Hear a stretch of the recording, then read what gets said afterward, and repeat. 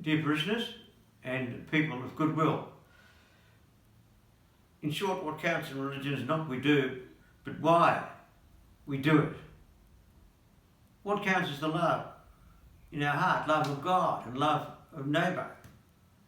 Why do we do things? That's why I'd like to read part of the Gospel given to us for this 22nd Sunday Year B.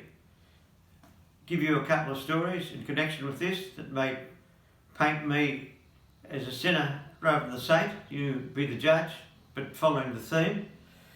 Then explain why the following of the law was so important for the Jews. Explain why Jesus became annoyed with this slavish following of the law to the detriment of the love of God and love of neighbour.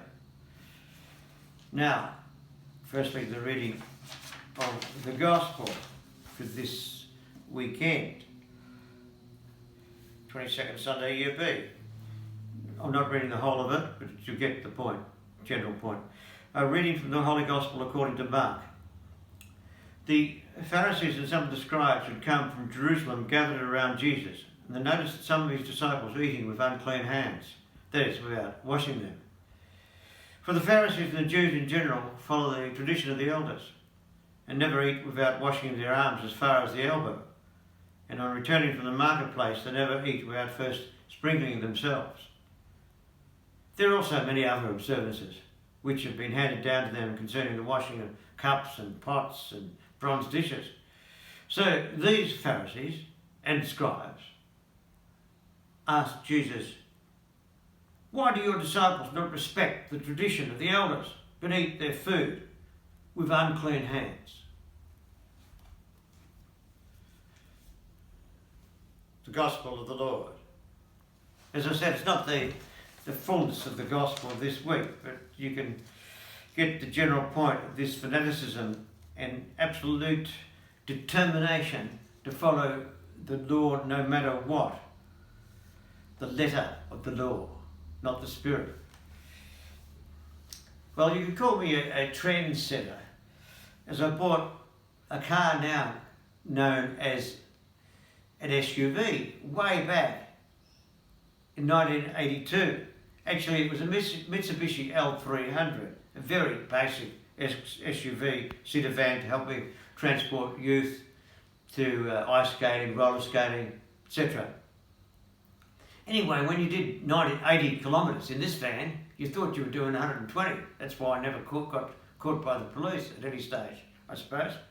Well, years later, in 2001, the priests of the Archdiocese were encouraged to sell their cars and join a loan leasing agreement. I sold, therefore, my Mitsubishi L300, and I opted in that carpool for a Toyota Camry.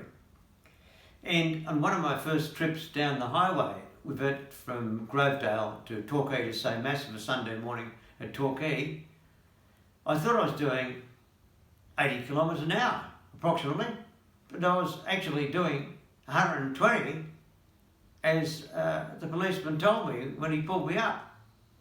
And I said, okay, fine, you know, I've been caught whatsoever. Anyway, he gave me the fine, and as he was going, I put out my hand to shake hands with him, which he was a bit surprised at, to wish him all the best, because it was nothing against him, but he followed the law, and I was caught for speeding. Anyway, this did not worry me too much, but much to my annoyance, very soon after, I received another 3 demerit points, again for speeding. What was the situation then? It's a completely different situation. We priests usually, or almost invariably, are given a secondary school to be a chaplain at. Sometimes 1, sometimes 2 schools to be a chaplain at. So I was a chaplain following my predecessor in Grovedale, Torquay, to be the chaplain for quite a prestigious school called Sacred Heart Girls' School, a Catholic school there, in the middle of Geelong, about 10 kilometres from Grovedale, where I was based. I was at the school, and I think I might have been in the classroom at the time, and I got this phone call. And my secretary was saying this lady, very distressed, has come to the front door of the presbytery, and she's saying that she wants to see a priest straight away because the doctor had just told her that she was going to lose her baby. So naturally she was very upset and wanted to see a priest immediately to talk about this, to empathise with her and to, do what you need to do, be with each other, support each other. Anyway, what happened was I went straight to my car, drove up past what I thought was the 40k zone, into the next street, and I was clocked at 58 k's an hour by a policeman there, when I thought it was over the 40k zone to the 50 or 60 zone. Anyway, I explained to him the situation, that I needed to quickly go and see this lady because she was told by the doctor she was going to lose her baby. No matter what was being said, even by his grandmother or whoever, this police officer was going to follow the rule no matter the reason. And I got the 3 demerit points. This gets back to the anointings of Jesus in the gospel. It helps us understand even more the mindset Jesus was up against, or he was confronting, by those who just kept the law, never the spirit of the law. When Jews talk about the law, they never mean one or two things either. They mean, rather, one or two things, either the written law or the oral law.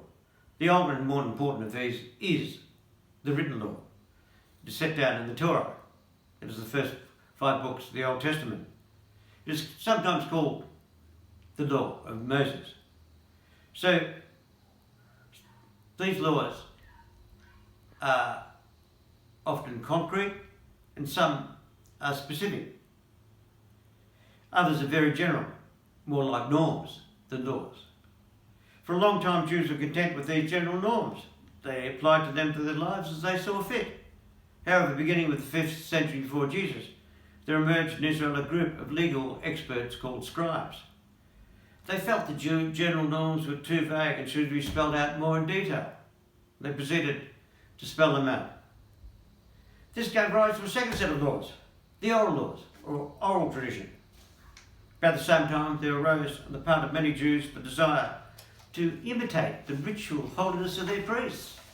For example, according to the written law, ritual hand washing was required of all priests before they entered the temple sanctuary. Its purpose was to wash away all ritual uncleanliness so that they could worship God more worthily. Gradually, the people began to imitate the priests and wash their hands before praying. In a similar way, the practice of washing before meals evolved. So that by the time of Jesus, Jews observed these old traditions just as minutely and faithfully as they did the written laws of the Torah. The idea behind these observances was noble, was to try to make religion permeate every action of the day. But in the course of trying to do this, something tragic happened. Slowly, religion began to degenerate into an activity of performing external rituals. To observe these rituals was to please God.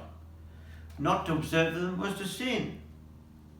And in short, observing these external rituals became identified with being religious and serving God. You may say, how does this apply to us now in this 21st century? It warns us we too must guard against identifying religion with performing external acts. For example, going to church, saying prayers, reading the Bible, and giving to charity do not in themselves guarantee holiness. The reason is obvious, I hope. We can do all these things, but for the wrong reason. We do all these things, but in an unloving way, like the police officer who could not care less about the woman losing her baby, but only about making sure he kept his job, or make sure the letter of the law was fulfilled, such as I was speeding in my case. my technically spec was that I was truly concerned about the welfare of a lady who wanted to speak to a priest straight away. Accordingly, what can we say in the context of these Bible readings? What counts is not what we do. What counts is the love in our heart to motivate us of what we do.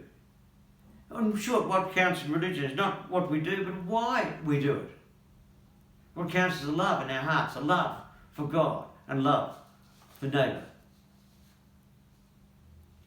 Amen.